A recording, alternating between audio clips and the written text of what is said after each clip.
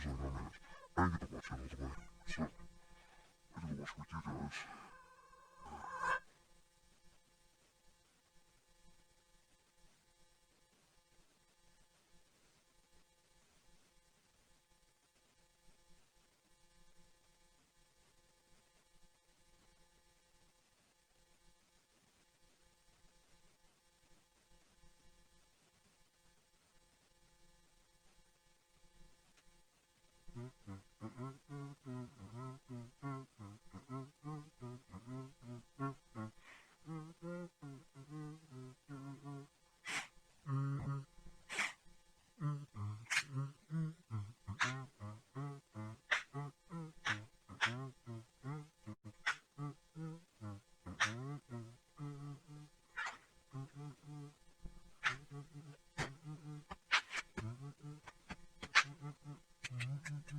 This infamous trilogy of death.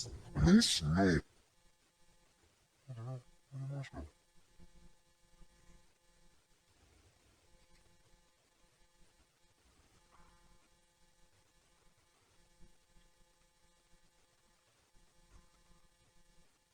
Because of Aftermath, 30-minute movie showing the mortician doing the most horrible, unspeakable things to the victim of a car crash. But Aftermath is only the middle of an actually impressive trilogy on the impermanence of life. It's been 2 months. Let's dive into some of the weirdest, creepiest shorts I've ever seen, talk about some personal feelings that arose from them, and rank the best and worst moments. If you want to see what happens, including all the messed up parts, stay tuned for the breakdown. Cue the go.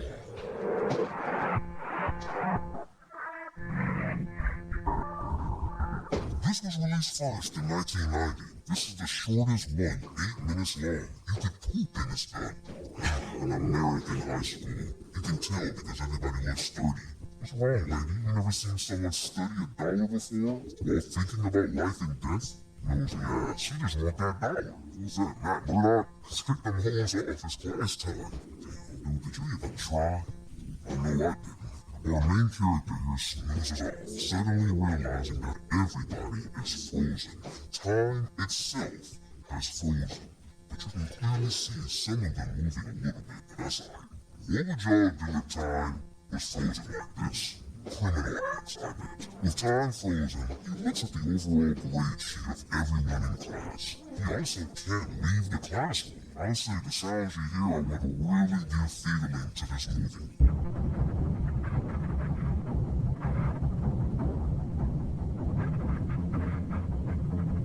Randomly tears down a calendar with the date is Friday the 13th. But when he does, suddenly everyone is staring at him like he did something stupid at a party, the final boss of social anxiety. Light seems to start flashing for him, remembering his birth and childhood, when he sees his classmates fighting to bring him back to life. Unfortunately, this young man has died in class, and has an out-of-body experience before being led to heaven. Fucking what? Sorry. I was not prepared for that. I was not prepared for that. I was so not prepared. I mean, who's ever prepared? But still, holy fuck. That. What would you do? What could you do? Sorry. Never. Commercial.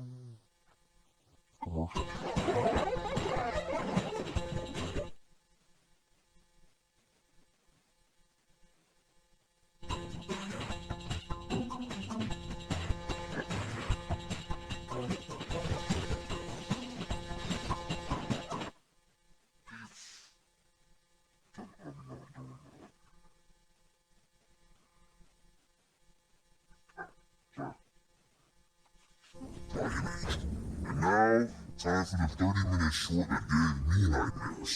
There's a heartbeat from hell pounding, followed by a stock scream of a lady getting into a fatal car crash. That sure is a lot of chocolate milk on the ground, plus the innards of a dog who got the treatment of a used toothpaste tube. It actually comes off dark humor, but rest in peace to this rhino lady and that beautiful dog. The morgue. Classical music plays in the intro, and it does feel like classical music is the soundtrack of a morgue. Or Hannibal Lecter's house. I used to watch Dr. G, Medical Examiner, religiously as a child. It was one of the shows that made me want to be a doctor of some sort as a kid. That dream went out the window like someone without their seatbelt on. But get ready for what you are about to hear and witness. An attendant rolls the body of the lady who died in the beginning. Her name is Marta. It resembles a psychopath guiding her to the next life, all while a doctor gives her parents the cross necklace she had, and she is wrapped away into a refrigerated compartment. That was our angel. Now, let's meet our demon. A mortician rips the clothes of a random deceased man who looks like Jason Voorhees got a hold of him. You get a real intense look at the practices of these specialists, just like how this nosy guy is looking, listening to Crash Bandicoot music. Look, as this man notices, he literally growls at the worker silently, almost like a predator trying to scare off another from touching its prey. There's nothing behind those eyes, but you can tell he is running out of patience to be alone. You can tell this doctor is just doing his job, but this guy, who I'll call Dr. Death, is watching and listening intently to the cutting and slashing. Jesus, breathing all hard like Michael Myers in 1978. I'll say that the visuals are quite impressive. I wouldn't blame anyone for being queasy or even thinking that this could be real. This is just a decade after Guinea Pig came out. I don't know what makes me sicker, this or cutting moments. After finishing their shifts, Dr. Death stays behind after seeing one lady has just entered, who writes their A's like Christmas trees or triangles. Dr. Death gleefully undrapes Marta, poking and prodding, literally about to claim on himself just from touching. What am I doing? How do I even explain that this is something that I do? Watch horrific films and talk about it? After cutting and slashing, this doctor yanks his snake. You know, how do you explain that to some people? Because they're like, what do you do for a living? Talking in any videos of fuck shit, and it's like, it's really good. You gotta give it a shot. You know? It's just like that. It's not that easy. It's not. People are still having it. What the fuck? Are you mental? Am I mental? No. Is it good for you? No. Is it something? Yeah, it's something. I'll tell you that.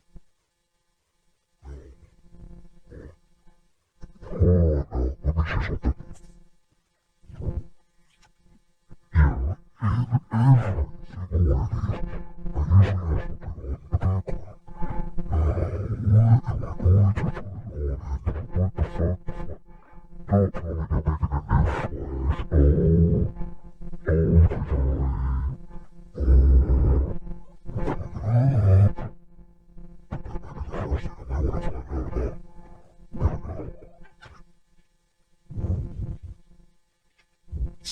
what he is doing, and it picks up the camera and takes pictures after pictures. He literally gets on top, taking pictures of himself committing one of the gnarliest acts of this ever imagined. He's rolling and really committed. Finally, the climax. I was hoping for the climax of the film, not it. Yes, sir, are foul, the twisted things that our brains can conjure up. It then wraps the body back up. Why the hell is everybody writing their names so weird? 2 different A's in one name? Rest in the greatest of peace, Marta. I'm glad your soul isn't here for whatever we just saw. Dr. Death cleans up and bags Marta's heart before heading home. He blenders up some of those belongings and feeds it to his dog. 1,000 showers will not live down what you just did. And again, rest in peace to Marta. And now we're on Aftermath Genesis. Hear that? a good way to set the mood after what we just saw. I feel like we've seen archival family footage in so many film introductions. Looks like somebody really loves his wife. Dork, get you a goofball who lets you pretend you're pregnant with his head. That man is a sculptor, patiently creating art that will outlive us all. Art that immortalizes the woman he loved more than anything in the world. Unfortunately, his wife has passed away in a car accident. He has dreadful nightmares about what happened. I wonder who his wife was in that car accident. I bet her name started with an M. But while randomly checking the statue, blood began seeping from the cracks. The funny thing is, I just started watching Dr. Stone. I just felt obligated to reference it. This dude goes cuckoo seeing the statue of his wife seemingly alive. Still, it's clear grief has imprisoned the man. He still has nightmares, and that grief is slowly killing him. Next time he wakes up, his nose bleeds, but black powder begins to drip instead. Meanwhile, the statue begins to become flesh and blood. As the statue comes to life, the sculptor inches towards death. He even seems to feel the pain of the statue peeling. Still, he cannot let go of the grief. We're watching footage of his wife while he barely clings to life. Even his vision is hardening like stone. A house in disarray, mirroring a mind caged by misery. He attempts to off himself, but God knew it too late. Even Dr. Stone. On the bright side, Mark is coming back, hopefully to take revenge on that disgusting doctor who did the unspeakable. The man completely turns to stone at the foot of his white statue, observed by all his creations. At least you get one last look at your entire world before departing. That morning, Marta revives, and he gives the craziest side eye I've ever seen. But damn, you're back, but I'm stuck? Hey, look on the bright side, buddy. What an excellent final pose that is. Marta looks confused and sad, like her husband is frozen in death while life continues around him. What a great metaphor for grief. This entire trilogy is a great look at impermanence and living with loss. Losing my grandfather made me realize how fragile life was, but also how important it is to remember the people we love. Naturals here, this trilogy of death isn't about the shock for the sake of it. Well, I don't know about Aftermath, but the other ones are. It's about confronting what we all try to avoid. The inevitability of death, the pain of loss, and the fear of letting go. And it shows how precious life really is. You and I could die anytime, and that's okay.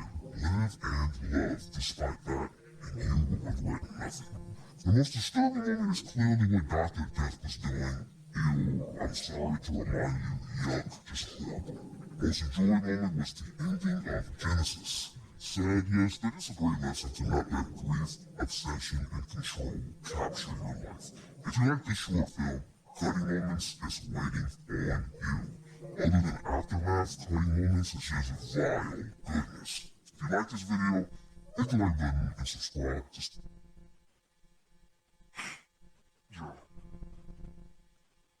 But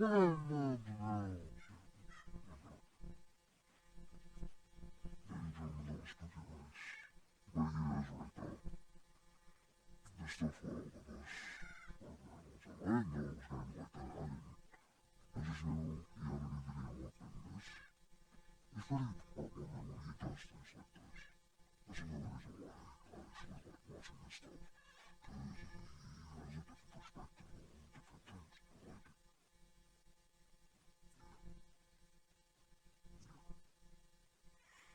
Now, as a nostalgic critic,